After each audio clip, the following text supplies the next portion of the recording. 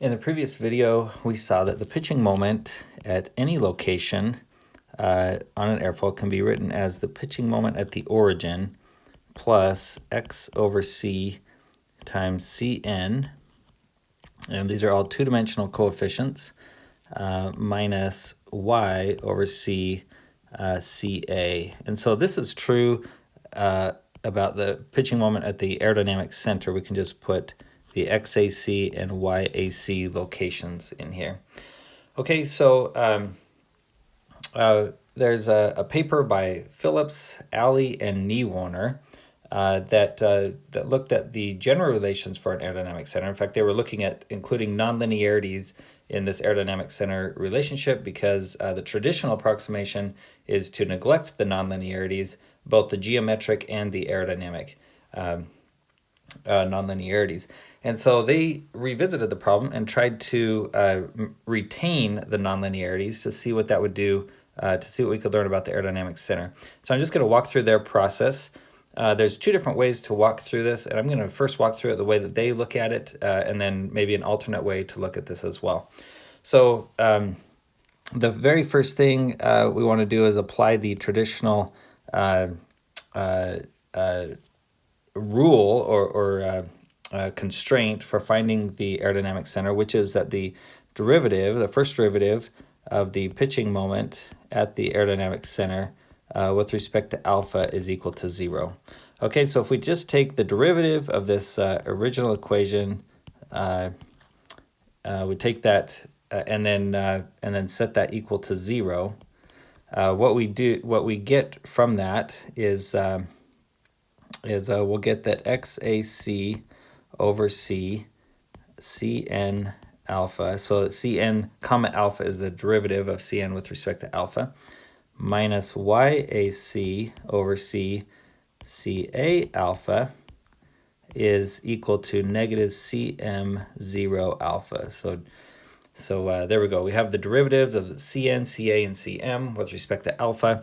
And what we find is that this is the equation for a line. So this is the equation for a line. Notice that we have both x and y components here in this equation. And so it turns out that, let me just draw this airfoil over here, that we don't get a point, but we actually get an infinite number of solutions. And I'll just draw this this line here. Along this line, every point satisfies this equation here. So we actually get an infinite number of combinations of x and y that satisfy this equation. So what we need to do now is narrow this down to a single point on this line. And by the way, if you recompute this line, it actually changes with angle of attack. So we would get different lines through this depending on the angle of attack that we're looking at. So what they suggest is what we're trying to do is find the point on this line that is independent of angle of attack. And so what we say then is, so we already applied this condition here, that the derivative of the pitching moment with respect to alpha at the aerodynamic center is equal to 0. So now we're going to apply two new constraints. The first is that the derivative of XAC with respect to alpha, and the second is the derivative of YAC with respect to alpha are both equal to 0. So these are our second conditions now that need to be met in order to find a single point on this line. So I'm just going to write that down. These must be met to find point on this line. This line right there. Okay. So let's now, the way that we apply this is we take the equation for this line and we find the points on this line where this is true. So what we do is we take the derivative of that equation again. So we're going to do d alpha of that equation, And what we get is the derivative of xac with respect to alpha, and we can put an over c in here. That's ac over c. So we get the derivative of that times cn alpha plus xac over c times cn alpha alpha, so the second derivative. So really what I did there was just chain rule on this first term. So the derivative of the first times the second plus the derivative of the second times the first. Now we're going to do the same thing on the second term here. So we get minus the derivative of yac over c with respect to alpha times ca alpha minus yac over c ca comma alpha. So the second derivative of the axial force with respect to alpha. And then that's going to be equal to the second derivatives, so minus cm naught comma alpha of the pitching moment at the origin.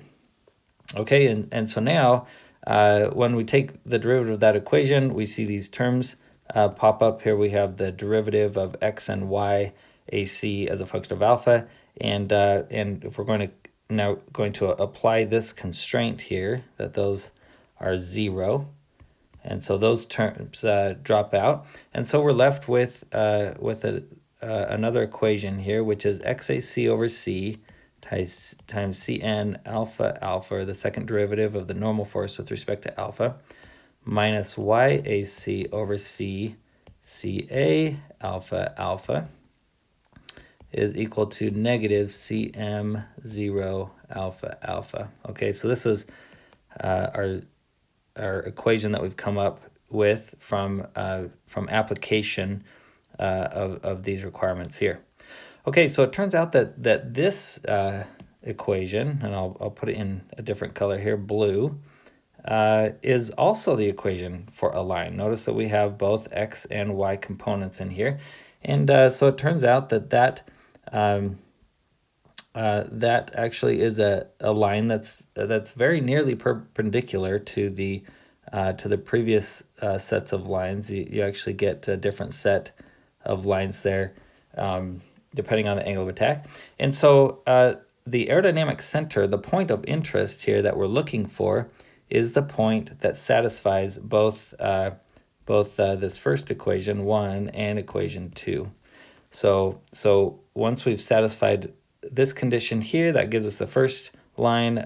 This second condition here is satisfied by the second line. And so by setting those two equal to each other, or excuse me, requiring that xac and yac satisfy both of those conditions simultaneously, what we get, I'll just scroll down here, what we get is if we satisfy 1 and 2, then we get the following equation for the aerodynamic center. So xac over c is equal to ca alpha cm naught alpha minus cm naught alpha ca alpha divided by, I'm just going to call this a denominator for a moment because yac is over that same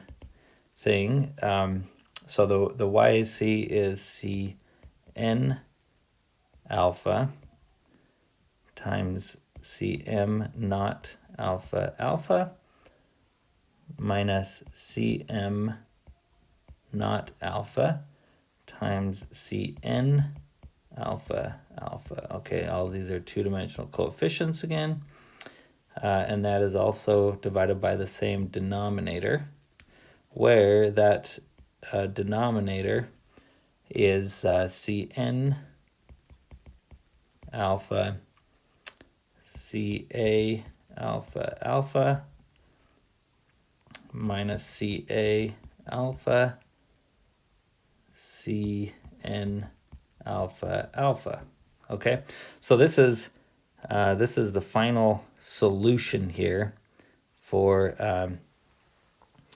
the location of the aerodynamic center once we've retained nonlinearities, and you can see a lot of nonlinearities in there. So for example, the pitching moment, the second derivative of that, traditionally, we would have said was 0. We would have said that the pitching moment is a linear function with angle of attack. The second derivative is 0. So you can see that that's a nonlinear term right there. Even the derivative of axial and normal forces with respect to alpha, axial, or the normal force, for example, is related to lift times cosine alpha. The cosine of alpha is a nonlinear term, and we're taking the derivative of that. Even the lift from some approximations can be nonlinear, and so this is also a nonlinear term. So anyway, we could walk through each of these. Most of these terms are nonlinear. And the traditional approximation basically takes out those nonlinear terms and treats the entire problem as a linear problem. So this is the general solution for finding the aerodynamic center, and we've derived this looking at just an airfoil, but you can actually apply this same set of equations to find the neutral point or the aerodynamic center of a complete aircraft, and it'd be the same set of equations here.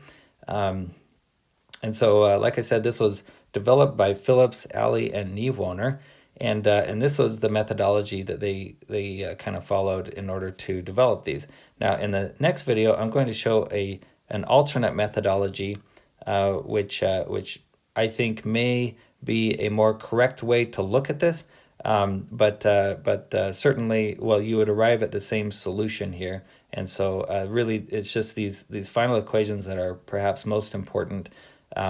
If you understand the basic derivation, that we're including nonlinearities, that we are not only satisfying this equation, because this requirement actually is satisfied by an infinite number of points along a line.